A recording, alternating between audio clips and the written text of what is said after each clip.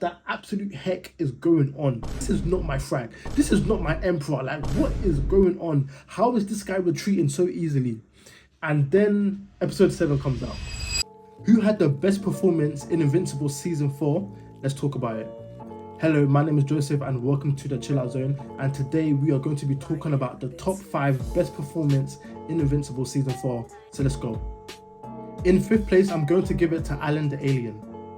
Alan was very helpful throughout the Viltrumite War, and it was stated that he was one of the people who were able to defeat and take out lone Viltrumites across the galaxy.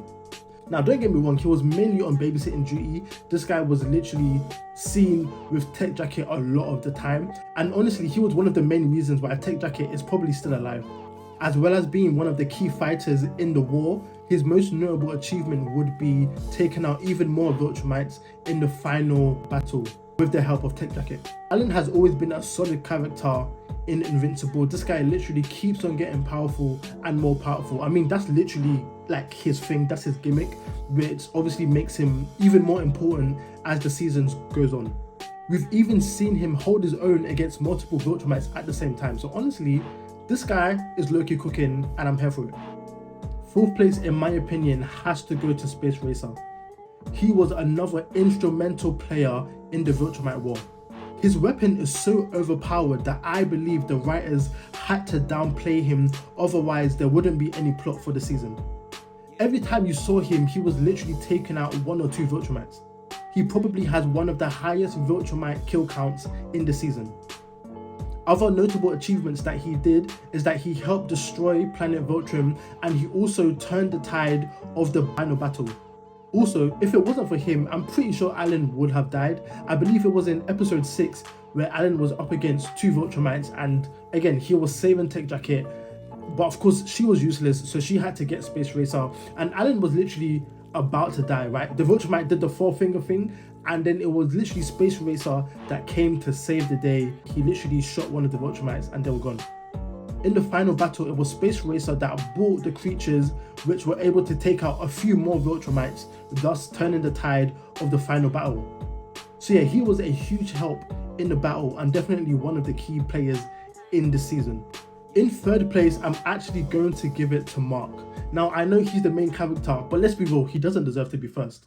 Don't get me wrong, he had a very good performance this season, and honestly, I'm so happy that we finally see him throwing hands. Like every other season, this guy has been getting dealt with constantly. This guy has been getting beaten up over and over again, and so I'm happy that this didn't happen as much. And when it did happen, it was literally because he fought against Frag, who is literally the most powerful Viltrumite ever. So in that case, it's more than understandable. Now, the main reason why Mark is in the top 5 is because he defeated Conquest. His rematch with Conquest, it was definitely something. Like watching that episode, I was like what is good? Like, it was gruesome, but I loved it. This guy literally beat Conquest 1-on-1, fair and square. There was no help from Eve. Nolan didn't really do anything. Oliver definitely didn't do anything. In fact, if anything, Oliver was probably holding him back. But yeah, he managed to defeat Conquest fair and square by himself. And honestly, Conquest is probably the second most strongest Viltrumite, second to Frag. So the fact that Mark was able to beat him automatically earned himself a spot in the top 5 greatest performances. Like, deep here, Mark is what, 17, 18, maybe 19 years old. This guy has only had his powers for a few years, and he was able to kill Conquest, a Viltrumite so powerful that he didn't even get a normal name. He got a purpose. Like, that's how tough Conquest is. And so for Mark to defeat him 1-on-1, we have to give it to him. Mark was like, listen, I'm the main character and I have unfinished business to do, and he did what needed to be done. When he shouted, I defeated Conquest in front of all the Viltrumites, everybody had to stop fighting and I had to turn in recognition to what he done. That's how much of an achievement it was. He also destroyed planet Viltrum, and to be fair, he was out for the count throughout the majority of the Viltrumite War, but again, he was in the final battle. In my opinion, I actually feel like Mark was the main reason why Frag decided to stop fighting everybody and go to Earth.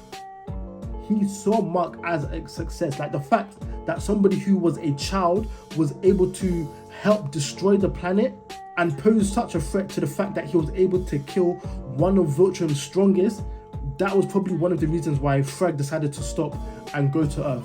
That is why he chose Earth to be the next Viltrumite breeding ground.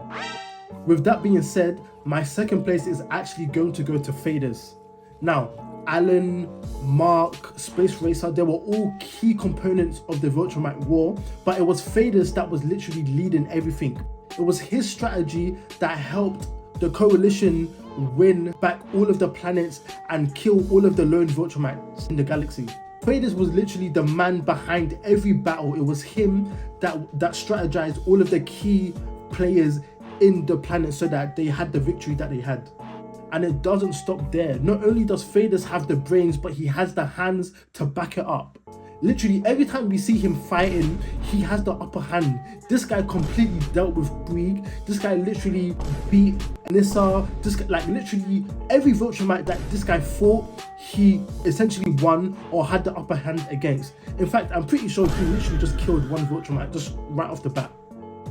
I mean, anybody who poses like this has to be in the top 5 automatically. Honestly, Phadus is the gift that keeps on giving. From the get-go, when we were introduced to him, we thought he was this humble Viltrumite, but no, this guy is actually somebody who has hands. Honestly, like, it's actually crazy. Like, when I first saw Phadus fighting, I was in shock. I was like, what the actual heck is going on here?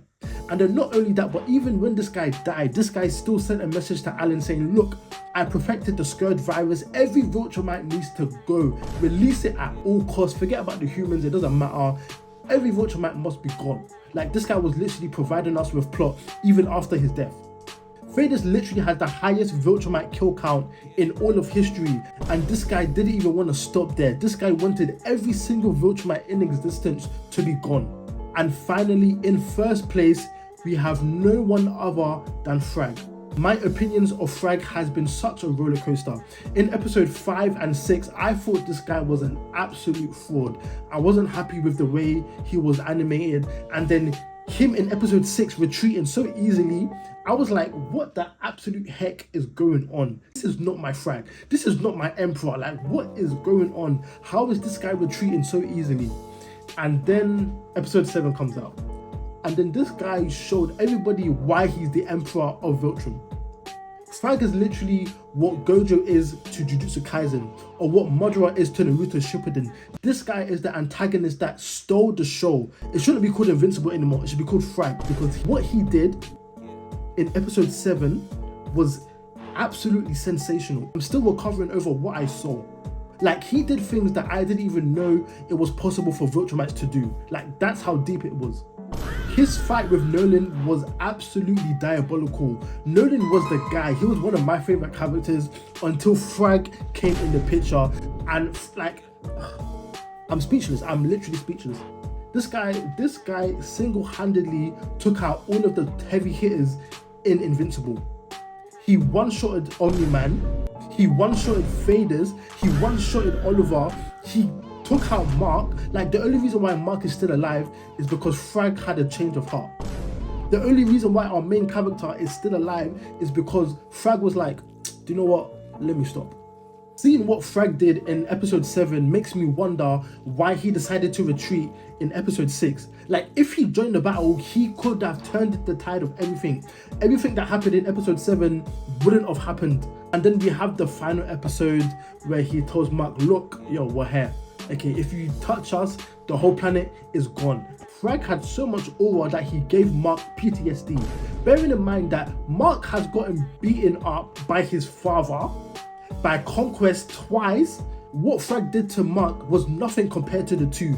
But yet, when he had PTSD, it was Frag who he saw every time. Anyways, I can go on and on about this guy, but he deserves to be number 1. Let me know who you think had the best performance in Invincible, and make sure that you watch my top 5 worst performances as well. Also, make sure you like, comment and subscribe, and peace out.